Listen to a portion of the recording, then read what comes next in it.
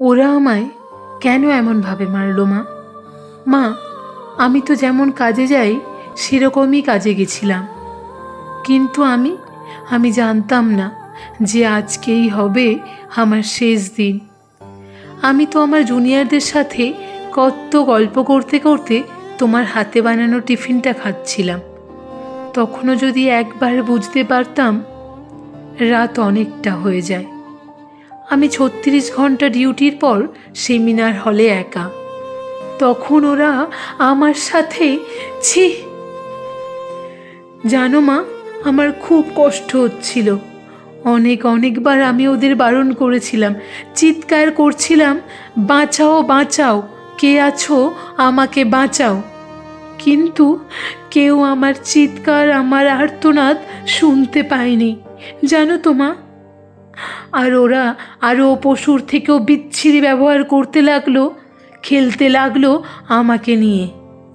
আমি ওদের হাতে পায়ে পড়লাম, বললাম, আমাকে ছেড়ে দাও প্লিজ, আমি কাউকে কিচ্ছু বলবো না, আমাকে শুধু যেতে দাও।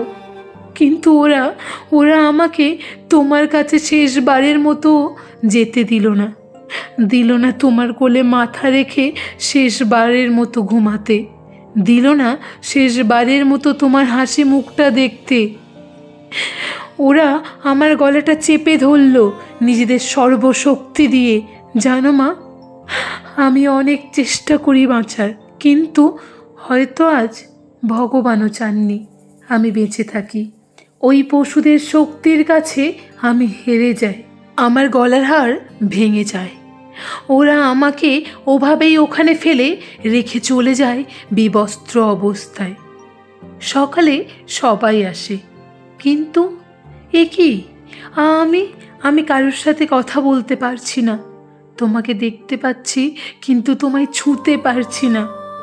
তোমাকে কতবার ডাকছি, তুমি শুনতে কেন পাচ্ছ না মা?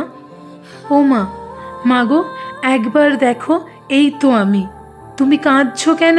কি হয়েছে তোমার? ও মা, মা দেখি একটা লাশের সামনে দাঁড়িয়ে হাউ হাউ করে কাঁদছে। লাশটার মুখটা দেখতে পেয়ে আমি শিউরে উঠলাম।